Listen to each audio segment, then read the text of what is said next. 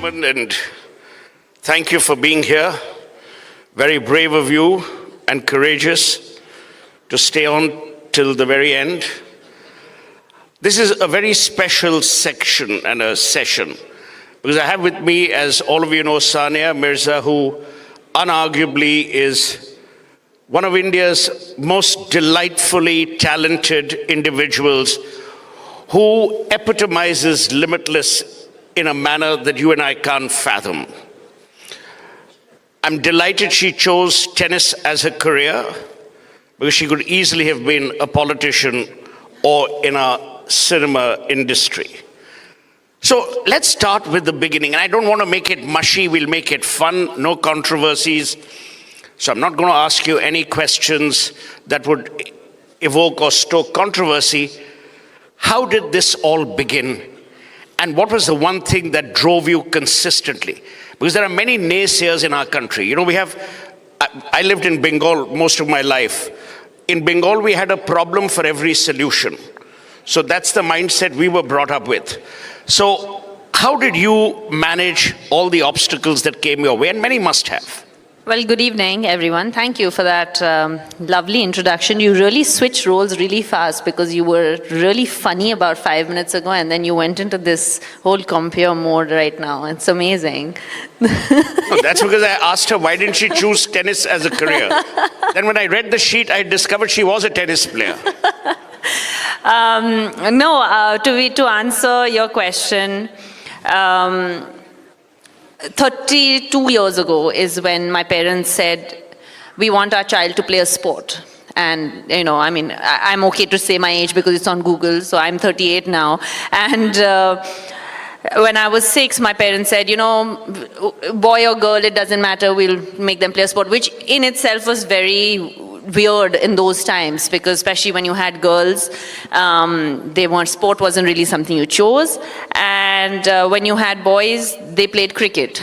So we had a lot of cricketers in our family. And similarly, if I was probably a boy, I would have probably played cricket at that point. But thankfully, that wasn't the case. I was a girl. My parents said, oh, you know what? I used to skate, I used to swim, I used to play tennis. And I happened to be a lot better at tennis than anything else that I ever did. Whether it was, I was good at studies, but I was much better at tennis. I was good at swimming, but I was much better at tennis. And it was always like that, no matter what I did.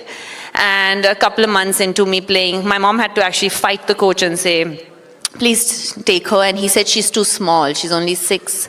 And she said, but she's my daughter. I want her to play a sport. And my mom's the feisty go-getter. My dad's the more calmer person in the family. And my mom said, I don't care. I want her to play. And after about 2 months, the coach called and said, I've never seen a 6-year-old hit a ball like this. So that was the beginning of the journey of how I happened to choose this path in my life. So interesting. Now, you talk about the fact that there were encouraging parents, and there were parents who actually went out of the way not to stress academia, because the problem in India that I've always said is we lay too much of importance on education and very little on knowledge, which is why we have such bright people everywhere around us. And obviously I'm being sarcastic. But having said that, you know, it's interesting you mention your age. Because I've seen 40 Wimbledon finals, and I'm going to be 62 on May 28. You can all send me wishes. Arnab Goswami is turning 27 tomorrow. So you can send him a wish in advance. But it's interesting, Sania, because I've always believed, unlike cricket, and I have a lot of respect for our cricketers, for their fitness, for their game, and I believe tennis is such an individual, tough sport because you're there alone. How did that ever impact you? Who were your role models, for instance, at that time? Well, you know, when you look up Sania Mirza on Google, and I get this question a lot of, you were the first one to do this, and you were the first one to do that, and you're the first one to, you know, whatever it may have been. To answer your question, I didn't have any role models back home at that point because the only other female athlete close to home that I could really look up to, and I think a lot of I see younger people here probably grew up looking up towards PT Usha because she was the only other female athletic superstar that we had. But because of lack of social media and electronic media, we didn't really actually know what she looked like. We just heard of PT Usha, So for me, I had to find those role models outside. So for me, Steffi Graf was my role model. For example, growing up, I wanted to be like her. I wanted to hit a forehand like her. I wanted to act like her. And and then one of the biggest compliments in my life that I got was that my forehand was very similar to hers. And that was someone who I was trying to emulate. So I think that today, that is the biggest change that has happened, right? Today, our young girls of today have so many female, especially role models to look up to. Obviously, we've had male athletes, but as females, 25 years ago, we had PT Usha, 30 years ago, then we had Sania Mirza, and now we have Saina Nehwal, PV Sindhu, Mary Kom. I mean, you can name at least 10 girls, Nikhat Zareen, you can name Deepa Karmakar. We couldn't do that 15 years ago. So it goes to show you how far we've come as a nation, especially in encouraging female athletes. Now, a lot of people, and I don't mean to flatter you, a lot of people look up to you as a role model. I mean, when you were growing up, you had few and far between. When they see you as a role model, what are the one or two things that you would like to impart? Let's say to someone in the audience who has a child who wants to be in the field of sport. What are the two things that you would like to tell them which would help them navigate the world ahead?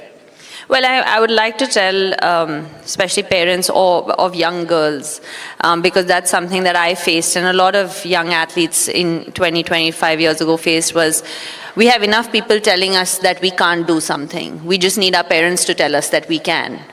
And everything that we do growing up, don't sit like this, don't talk too loudly, don't speak in this manner, you're a girl, you can't do this, you can't do that, you can't go out at night, you need to come back at this time. Everything is a don't know, you can't do it. So when you have your parents by your side saying, it doesn't matter how many people say you can't become a tennis player or whatever else you want to be, I'm telling you the confidence that you feel and the kind of inspiration you feel coming from them, that's something that I was very lucky to have. And I would love to tell parents today to try and encourage the young girls to take paths that are out of the ordinary, so to say, and don't be afraid, because so many people tell you, so many people told me I was playing on courts made out of cow dung. And we said, we want to play Wimbledon one day. And they laughed at us saying that, are you crazy? And of course they thought we were crazy. And we were a little crazy, I think, to dream of that, to be very honest. But here we are, we got to win Wimbledon, So here is the thing. You were growing up at a time in Hyderabad. I can see Chandrababu there, who to my mind is not only a person who has promoted industry. Chandrababu Naidu has done more for southern India and for sport than most politicians have done in all their lives. And I don't mean to flatter him because I hardly go to Hyderabad or Telangana, Andhra for that matter. Now, these were people who were encouraging. There were companies that were encouraging. Corporate sponsors were encouraging. Today, how was it at that time? How tough was it? And be brutally honest. This is a Republic platform. Can I be honest here? It's incredible that Chandrababu Naidu Garu has just walked in here. When I was coming up, he was the chief minister of the state that I was growing up in. And I've had some wonderful interactions with him. We were one of the few states when I was younger, compared to the other states, that actually had incredible sporting infrastructure. We had hosted national games. I remember this was all at the time. We were talking about 2000. So we're talking about 25 years ago. And the thing is that for us to become a sporting nation, I think we are a cricketing nation. We're not a sporting nation, unfortunately. But for us to become a sporting nation, we need to have a system that supports every sport in this country, and that system obviously comes from right from the top, from the government and, from obviously the states and the country, everything.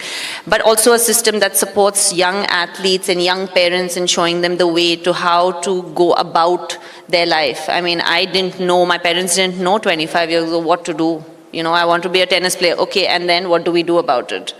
There was nobody to go to, So we need to have a system in place in order for us to become a powerhouse of sorts in different sports outside of cricket as well. But it's also interesting, if you look at performance sports, whether it's Andhra then, Telangana today and Andhra today, Tamil Nadu, Kerala, they have contributed a lot to individual sporting sports. Whether it's tennis, whether it's badminton, chess. Somehow in Delhi, we were all doing kabaddi and kho-kho. Hopefully that will change because we had to dodge so many people on our way anywhere. What makes it so special about that part of India? Because today I have to say, and again, I'm no votary of the BJP or the Congress, what Narendra Modi has done for the Olympic movement, what he has done for sports, is worthy of great credit. The tragedy is the BJP, which has excellent spokespeople, is the worst communicator of its own achievements. And I've said that time and over again. But what Modi ji has done, and I'm seeing, Sania, year after year, more and more people are now committed to sports and the transparency within sports. Where do you see, and now you've got a brilliant career ahead as a pickleball owner. For those of you who are not from Punjab, as I am, pickleball has nothing to do with aam ka achar. It's a different sport created by America and brought to the world. So tell us about your pickleball ownership. No, I think we'll get into the pickleball later, but yes, I second what you're saying, and that is the reason, going back to the first point that I made of how many young champions that we have today, how many brilliant athletes we have today that we can look up to as global superstars.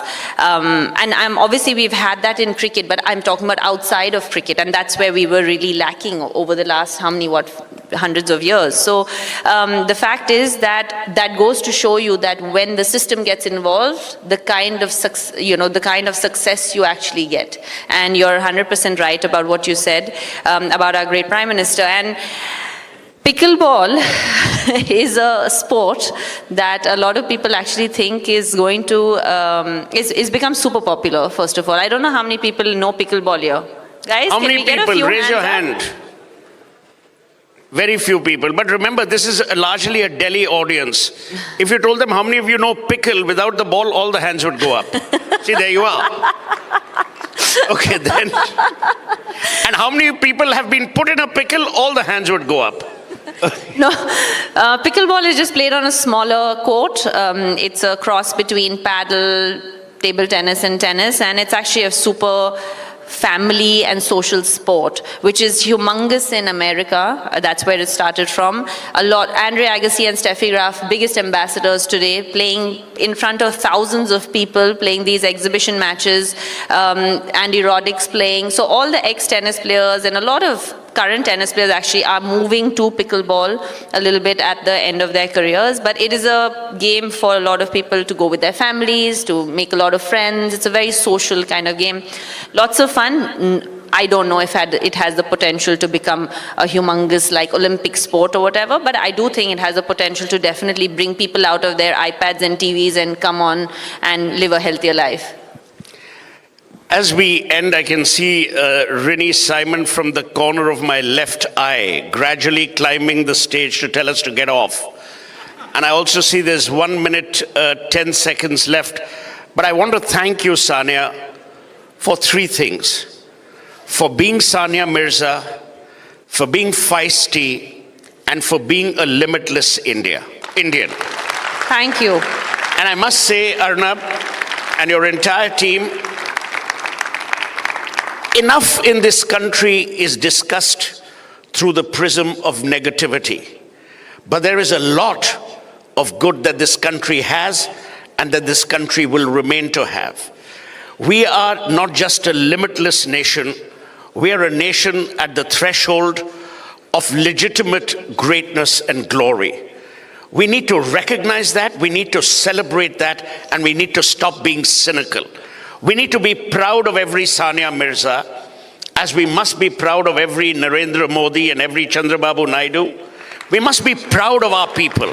The fact is, we are ready to pick fault when actually we must celebrate greatness. On that note, thank you, ladies and gentlemen. I hope you have a splendid evening, and you will see two great architects, Chandrababu and then the Prime Minister, and in between two great artists. And I hope you have a splendid evening. Thank you, and may God bless India forever.